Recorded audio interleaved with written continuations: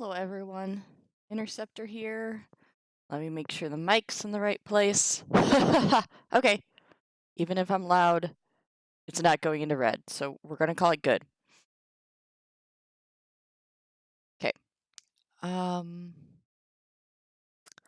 last week we did not get as far as I wanted because of power issues. And so far the circuit has tripped once while trying to set up, but Punch did get me a UPS. So the computer did not shut down. So hopefully we can get through the next two sessions, which will really be a nice place to wrap up because it gives us a final holistic look at the nouns that we've been looking at. Next week I may or may not have a stream. I'm going out of town for some of the weekend, so we'll see how I feel when I get back. But now let us begin. In nomine Patris et Filii et Spiritus Sancti. Hey, Max! How are you? So let's start by reviewing. I'm looking over here because I have my laptop with the chat and the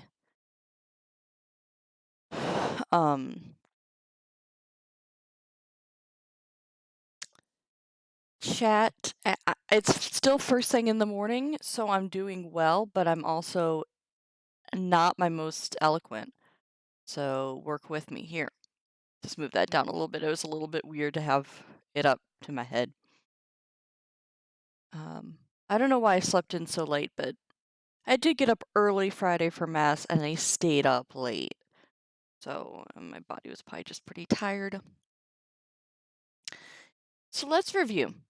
We've been learning about nouns that end with A, and we've been learning about the way that they change form, that the endings change, depending on what it's doing in the sentence, and whether it's singular or plural. So we have there on the left of the screen underneath my picture the list of cases and the way that these A nouns are looking. So the nominative case is when it's the subject, A, I. The genitive case is translated with the word of most of the time. We're simplifying it because we're just baby steps, which is I, autumn. The dative case, which we learned last week, amid several power outages, is the case that's used for the indirect object. So when you give something, wow, you really shouldn't give someone to something. That's not good. It's bad. Report that to the police. When you give something to someone, the to someone is the indirect object. And then the accusative, I'm just turning down my volume real quick because I'm listening to some jams. The accusative is the direct object, so it receives the action of the verb when the verb is transitive. If the verb is to be, then it doesn't take a direct object because that's not what to be does. It takes another nominative because you're using an equal sign essentially. Vocative and locative we briefly mentioned. We're not going to focus on them too much. The vocative is when you speak directly to someone. You put their name in the vocative case, like when you're calling out to someone to get their attention. Most of the time it looks the same as the nominative. You see it right there, A and I. But it's generally very easy to recognize and translate in context. The locative case we're not going to talk about until this book makes me. It's not very common because it is a dying case in Latin. So as languages evolve, fewer cases are used and more prepositions are used. So locative is mostly dead as a case. So most words, instead of using the locative case, will use a preposition because this case is used to tell where something is. So if I were to say, my tea is on the table is the location of the tea. Originally, way back, it would have been in the locative case. Table would be on the locative case. But Latin mostly doesn't use that and instead uses the word in, meaning on. Just accept it. And then the ablative of the word for table. So that's what we're going to learn today, the ablative case.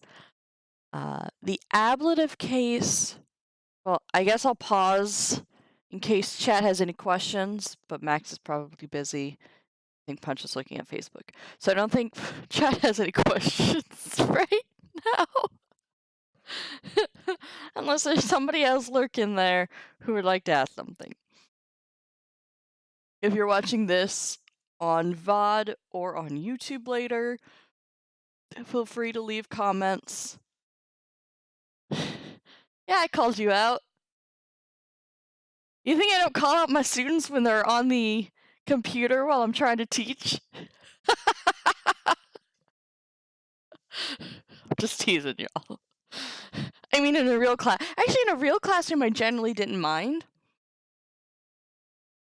My kind of rule of thumb that I told my students was like, as long as you're not distracting other students or me, I don't really care if you're paying attention or not because it's their, it's their class. Whatever.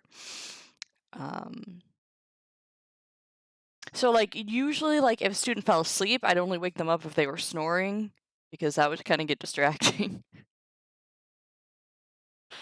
But I will say when other students are on Facebook and other things, it does kind of get distracting for other students because like if you're sitting behind them, you might end up watching what they're doing on the laptop instead of that because it's very easy to get distracted by technology. That was a long digression about teaching methodology that was not relevant. Sorry. Okay. But today we're doing ablative. The ablative case is used for everything else. The ablative is also a dying case. Or, I don't know, it's a weird in transition case. But the reason I say that is because 50% of the time, the ablative case is working with a preposition. So most of the time, you're going to know how to translate it because there's going to be a preposition there telling you. But there's also still 50% of the times when it doesn't have a preposition and you have to figure out. And it means seriously anything else that you might need it to. What they list in 50 gives the most common, let me scroll down so you can actually read that. From, with, by, at, and in. From, with, by, at, and in. From is actually what the ablative case used to solely be about. So the ablative is from ab and pharaoh, meaning essentially like to take away. So what the ablative originally did was separation. When you're moving something from somewhere, when you get out from bed in the morning, that's an ablative of separation. And that is the true ablative. But because other cases are dying, ablative has had to take on more responsibilities, including instrument, means. I'm doing this with my computer. I'm doing this by means of.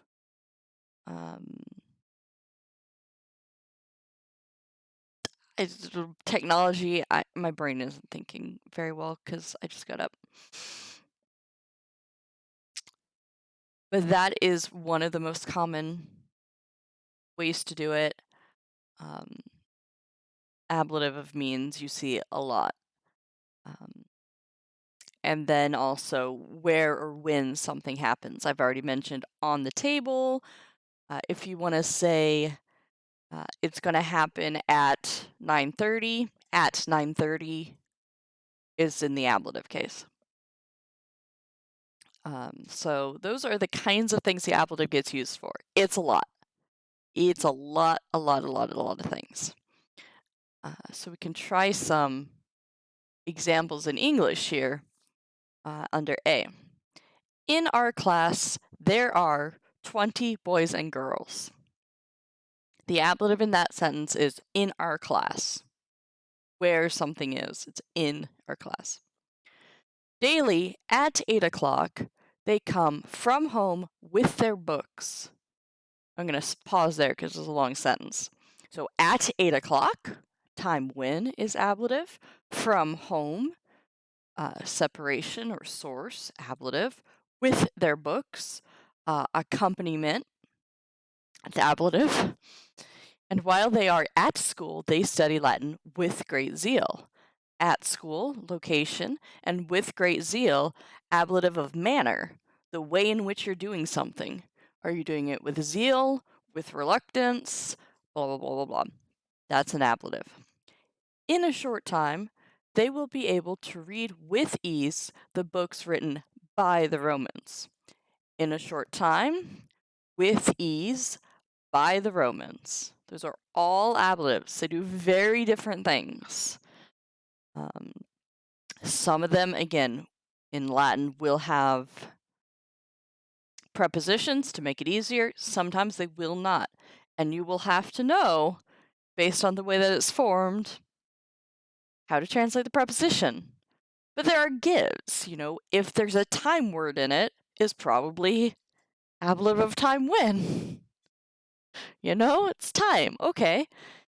If it's a kind of a place word, or there's a verb meaning they're at or they're near, or words like that, probably an ablative of place where. Right. By patience and perseverance, all things in this world can be overcome. By patience and perseverance, a double ablative of manner, and in this world, another location. So it does a lot. Ablative does everything because Latin is dying, but that's okay. So this is just recapping the idea that a lot of ablative uses do use prepositions, thankfully. And there are a couple prepositions that take accusative, just for your heads up. I don't know how much they really talk about that now, but we'll see it later on. Those are the only two cases that can follow a preposition, accusative or ablative. And accusative is only really used for like when there's motion towards things, because it's kind of receiving action. So if I run into the wall would be accusative because it's receiving the action of my running into it. So that's why it's accusative. All right. Here's a few really common prepositions that would be good to memorize and also relatively easy, but maybe it's just because I'm used to looking at them for like 15 years of my life. So I'm like, of course, these are what these mean. So or ab means from or away from. So again, the word ablative is away from, separation. It can also be used to translate by. This is written by interceptor. I would actually use or ab with interceptor in the ablative, interceptore. You say, why versus ob, it's just whether or not it's in front of a vowel or a consonant. If it's before, same with a and an in English. If the next word is a consonant, you use ah. If the next word has a vowel, you use ob. Day, from, in the sense of being down from. So the English word descent includes that day when you're coming down from something. A or X, from, out of. So again, we have a lot of words that mean from, but different directions of from. X we use in the word exit, the place we go out from a building, and that is actually straight Latin. It is the verb meaning he, she, it goes. So exit, he, she, it goes out. Cum, with. Mecum, with me. So for the Catholics in the chat, Pax vobiscum, peace be with you. Cum. That's the cum right there. And then in, meaning in. It also means on. They're the same, essentially. All right. Oh, and here they're giving us adjectives. Wow, that's sudden. I guess they were tired of only having nouns, because I did not expect to see this today. Well, I guess we're going to talk about adjectives real quick. Adjectives describe a noun. So some sort of quality or characteristic. Adjectives also change forms because they take after the person. Whoa, no. They take... I almost went into verb mode. We're not at verbs yet, thankfully. Adjectives take after the gender, number, and case of a noun. So the number, singular or plural, first column, second column on the little chart. The case, what is doing in the sentence. And then the gender, Latin has masculine, feminine, and neuter. And the words that we're learning right now, most of them are feminine. There's a couple masculine words, but most of them are feminine. So the book is making it easy right now and only using adjectives with feminine nouns. So they end up looking essentially the same as the nouns they are modifying. That's a word for what an adjective does, modifies a noun. So puella es parva. Let me scroll down so you can see that better. The girl is little. Puella parva bonum deam amat. The little girl loves the good goddess. So puella parva with that short a is the subject. Bonum deum with the am is the accusative. Amat's a verb. Not too bad. I don't think what an adjective is usually trips people up as much as how to match an adjective to the gender, number, and case of the noun. That trips people up, but we'll struggle with that a little bit more when we start learning the other declensions. Right now, we're going to keep it simple with these feminine a nouns with the adjectives. And they just end up looking the same, but they don't always. The adjectives can totally look different than the noun and still be modifying them. It just depends on what the noun and what the adjective is.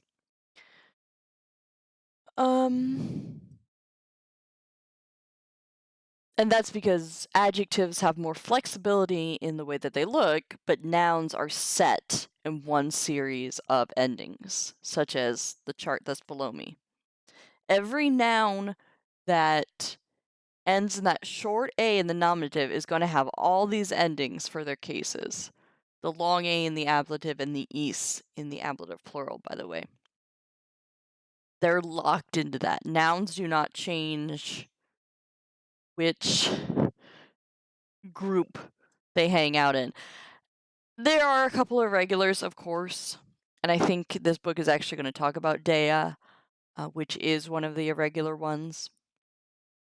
But for the most part, you don't have to worry about that. Dea and Domus are the ones that pop into my head to start with. The word for goddess and the word for house. Those are irregular nouns, but mostly they're good. Hey, Austin, how's it going? I think there was something else I was going to say about the ablative before I got sidetracked by adjectives. Thanks, book.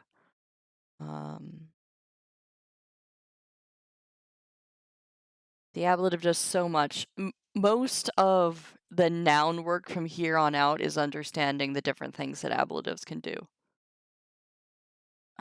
when it comes to syntax. Good, I have done it. My homework. We named the dog Indiana. We named you Junior. I don't know why Max used that quote, but that was funny. And yeah, none of you are doing your homework, but that's okay. What? You're not in a real class.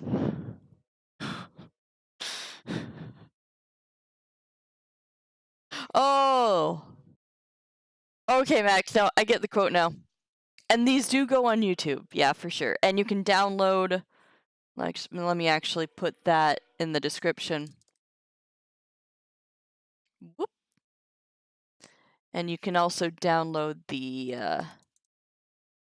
textbook from there. Yeah, parts 1 through 3 are already on YouTube. This one, obviously, will be up sometime today or tomorrow. Right, and that's fine. Like, you gotta do it. You gotta sit down and do it. These are mostly short videos, so you can do it.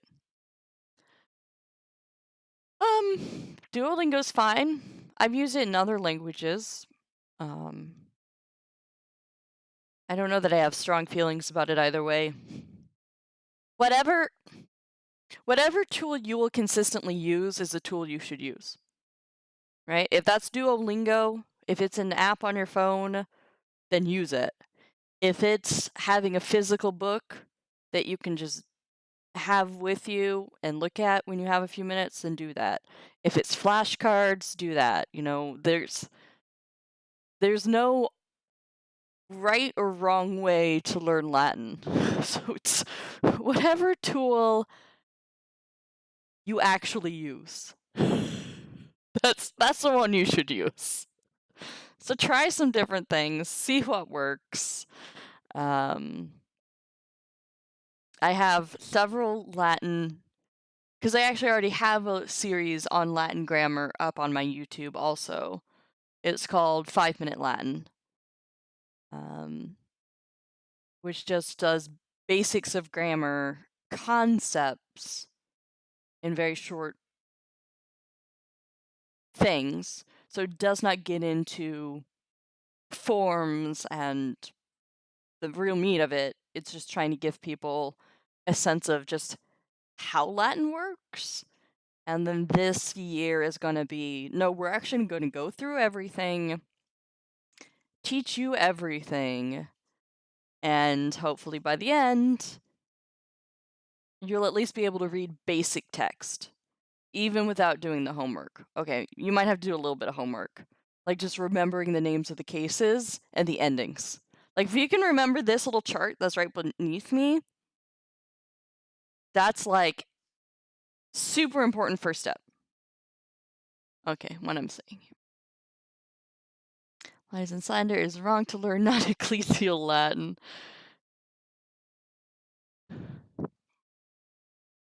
You and your Warhammer jokes. At least I get it this time.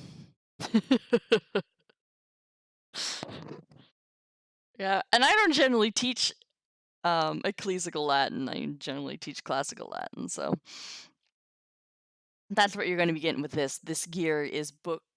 This book is geared. Yeah, so I just made this almost a weird Xenogears thing. This gear is booked towards. That's what I said. Anyway, this book is geared towards reading Caesar, ultimately, which a lot of the first year Latin courses are geared towards particular outcome authors. They teach you particular vocab, particular styles to get you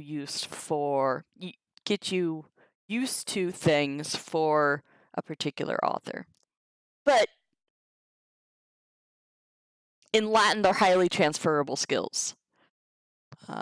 One of my teachers, I can't remember if it was undergrad or grad school, but they said straight up, when reading Latin, whatever you read in Latin is going to help you improve in Latin.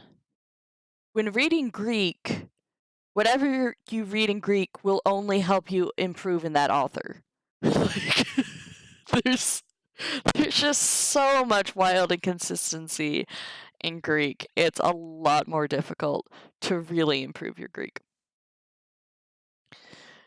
But Latin, like, even if you're reading really baby Latin, it's still gonna help improve your overall Latin. A Latin gear to surpass Metal Gear. Sorry, that was a voice. Oh, I'm right now not gonna worry about predicate and attributive adjectives, but I guess the book is using that term, so let me just tell you. The girl is little is a predicate adjective. It's going in the predicate and kind of completing the sentence. The attributive adjective is what's going on in the sentence after. The adjective is simply giving an attribute to the noun that it's going with. It is not the predicate. The little girl loves a good goddess. Oh, good. I was really trying to channel my inner Metal Gear meme. So I'm glad that it met your approval. As a sidebar, Bona Dea, is like a legit goddess in Rome. It's not just like a good goddess. Although here it's probably just used in a general term. But there is a goddess called the Bona Dea who had a mystery cult in Rome. Oh, we do dialogue. You want to do dialogue punch? Want to do a dialogue? Dialogue. No, he's like, what are you talking about? Metal Kazoo Rising Revengeance? Is that actually like a patch you can do? Yeah, that's true. You can't read. Alright. Quis calba est Diana? Diana Julia est pulchra dea lunae et stilvarum. Alright, so we've got all the words at the bottom still. So hopefully we can translate. I'm going to just read it out loud. And maybe you guys can try to translate bits and pieces of it. See if I can. Ah! That was not what I wanted to do. Alright. Quis filia galba is Diana? Oh, sorry, that was Yuli talking. Quis filia galba est Diana? Latonae filiae Julia est Diana. Quid Diana portat? Sagittas Diana portat. Cur Diana sagittas portat? Diana sagittas portat Julia, quod malasfera silvae magnae necat. Amat Latona filiam? Amat, et filia Latonam amat. Quid filia tua parva portat? Coronas pulchras filia mea parva portat. Qui filia tua coronas pulchra stat? Dianae corona stat. Quis est cum filia tua? Est ne sola? Sola non est. Filia mea parva est cum ancilla mea. So, Julia. Who, Galba, is Diana? So everything's in the nominative. And then Galba, Diana, Julia. So in the vocative case, Galba and Julia. Diana is the beautiful goddess of the moon and the woods. So they're throwing in a lot more adjectives, which unfortunately are not beneath. So we're going to have to do our best with what we have. Whose daughter, Galba, is Diana? The daughter of Latona, Julia, is Diana. What does Diana carry? Diana carries arrows. So that one is very out of order compared to the English and the Latin. Why does Diana carry arrows? Again, I'm throwing in the word do or does in a couple of these things, simply because with questions, that's what we do in English. What are you doing? No, that doesn't work. What do you think about blah, blah, blah. A lot of times, that's how our questions form. The word do or does in these cases, though, is contained in portat. Diana carries arrows, Julia, because she kills the bad animals of the great forest. Does Latona love her daughter? She loves her, but simply with amat. Latin does not have a word for yes or no. So the way to respond yes to a question is, as here, to simply repeat the verb. So you could also say, does Latona love her daughter? Yes, to translate amat. And the daughter loves Latona. What does your small daughter carry? My small daughter carries beautiful crowns. To whom does your daughter give beautiful crowns? She gives crowns to Diana. Who is with your daughter? Is she alone? She is not alone. My little daughter is with my servant. Sorry, the bottom lines got cut off. I'll let everybody look at this for a minute while I take a sip of tea.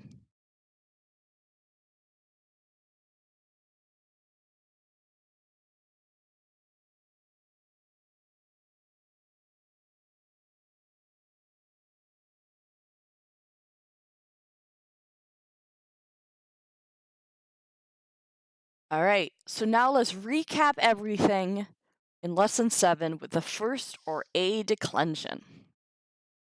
So we have been dealing with all these a nouns.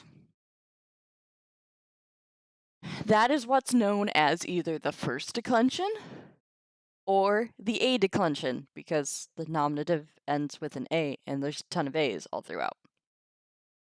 I already have the chart of endings right beneath me. So the chart in the PDF is just a repetition. But it's a wonderful chart because it has right there what the cases do. Nominative is a subject. Genitive is the possessor of something. Dative expresses to or for, like with an indirect object. Accusative is a direct object. Ablative is separation from or means with or by. Place where, time when, in at. Ablative does a ton of things. You'll notice that in the second column, there's a domen and then a dash and then the endings. That's a way to visualize the root of the word, the base of the word, and the endings. Just so you can see how it breaks down. This will become more important in later declensions, because as you may guess from the phrase first declension, this is not the only declension we will be learning over the course of this year. There will in fact be 5 declensions total. This is the first and the easiest. So If you do want to do some homework this week, memorize the first declension endings. I, oh, sorry, I'm not even saying it right. I, autumn, is. I, autumn, is. Just keep saying it and sounding like an insane person. I, autumn, is. There you go. That's all you gotta do. I, autumn, is. And that's what you need to do to get through the first declension. Get those endings, remember the order of the cases, nominative, genitive, dative, accusative, ablative, and then what the cases do. Really, really focus on that. I, I, autumn, is, nominative, genitive, dative, accusative, ablative, subject of, to, for, direct object, everything else. Just kind of keep repeating that. I, autumn, is. You're gonna get sick of me saying that. I, autumn, is. Got it? Got it memorized? That's some Kingdom Hearts for you. You're welcome. You're not welcome. That game breaks from my heart. So anyway, right now I know this is the only declension we know, so there's really not much to compare it to. But the genitive singular form, so in this case domini, is always super important because the genitive singular form will tell you which declension you're in, because sometimes the other endings look really similar, so it's difficult to tell which set of endings to use. But if the genitive singular has an AE, it is a first declension noun. Done. You can do the rest of this. The genitive singular also gives you what the base of the word is. So sometimes parts of that front of the word do change. But in the genitive, it's always going to give you, I guess, this part is the base, this part is the ending. The genitive singular ending will tell you which declension you're in, and this part will tell you what the noun should look like for the rest of the cases. So the genitive singular is super important. Super important. That is why in dictionaries, it is listed second. When you look up a dictionary word, a noun in Latin, it will give you the nominative and the genitive case. So that's super important.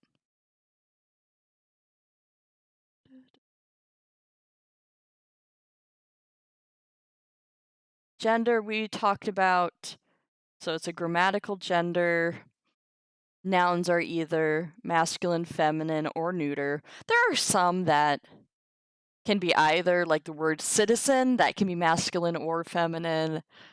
But usually it's one set word.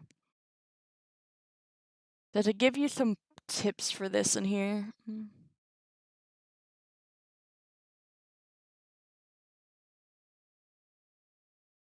Right, I mean, names of males and names of females are usually masculine and feminine. Okay. Nouns of the first declension are almost always feminine, as I mentioned. The only difference is essentially if they're jobs. So we've seen the word nauta for sailor and the word agricola for farmer. Those are masculine because those are jobs men would be doing. So they are masculine first declension nouns. But most of them are feminine. In general, so things having to do with jobs, titles, those would generally be masculine. Trees are generally feminine. Abstract ideas are generally feminine. Neuter is usually, tools. Trying to think of any other general things to help you know, but and it's at the end. Yeah. And then we go to adjectives, which we're not going to cover right now. All right. Let's look at this little. We'll end with these little sentences. So if you are watching this later, you can turn the PDF or open in a separate page or whatever, page 284 for more of the vocab. I do not have it pulled up on the stream, unfortunately, because I didn't do any prep this week. You know, what? Punch just gave me this look. I don't know what that's supposed to mean. So I guess we'll test to see if I know any of my Latin vocab. All right. Sentence 1. Agricola cum filia in casa habibat. The farmer dwells with his daughter in the house. Bona filia agricolae cenam parat. The good daughter prepares a dinner for the farmer. Cena est grata agricolae et agricolae bonam filiam laudat. The dinner is pleasing to the farmer, and the farmer praises the good daughter. Dende filia agricolae gallinas ad cenam vocat. Then the daughter of the farmer calls.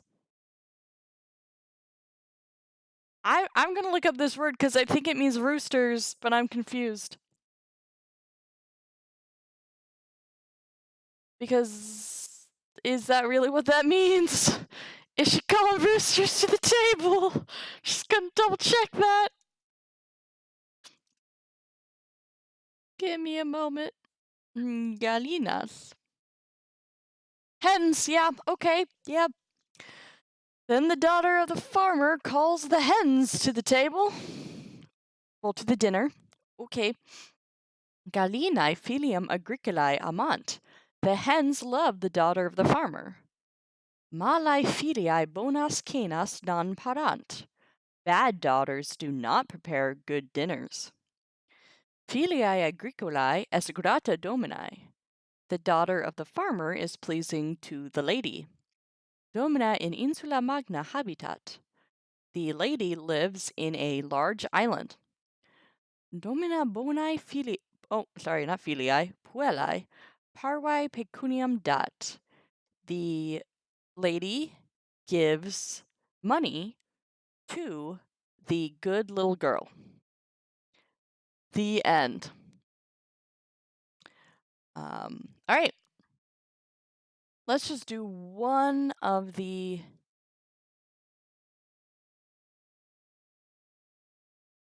Nah, we don't have enough of these words.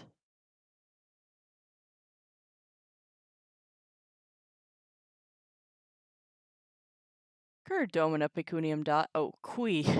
I thought you cur. I was like, oh, write an essay about that. All right. We're going to wrap there.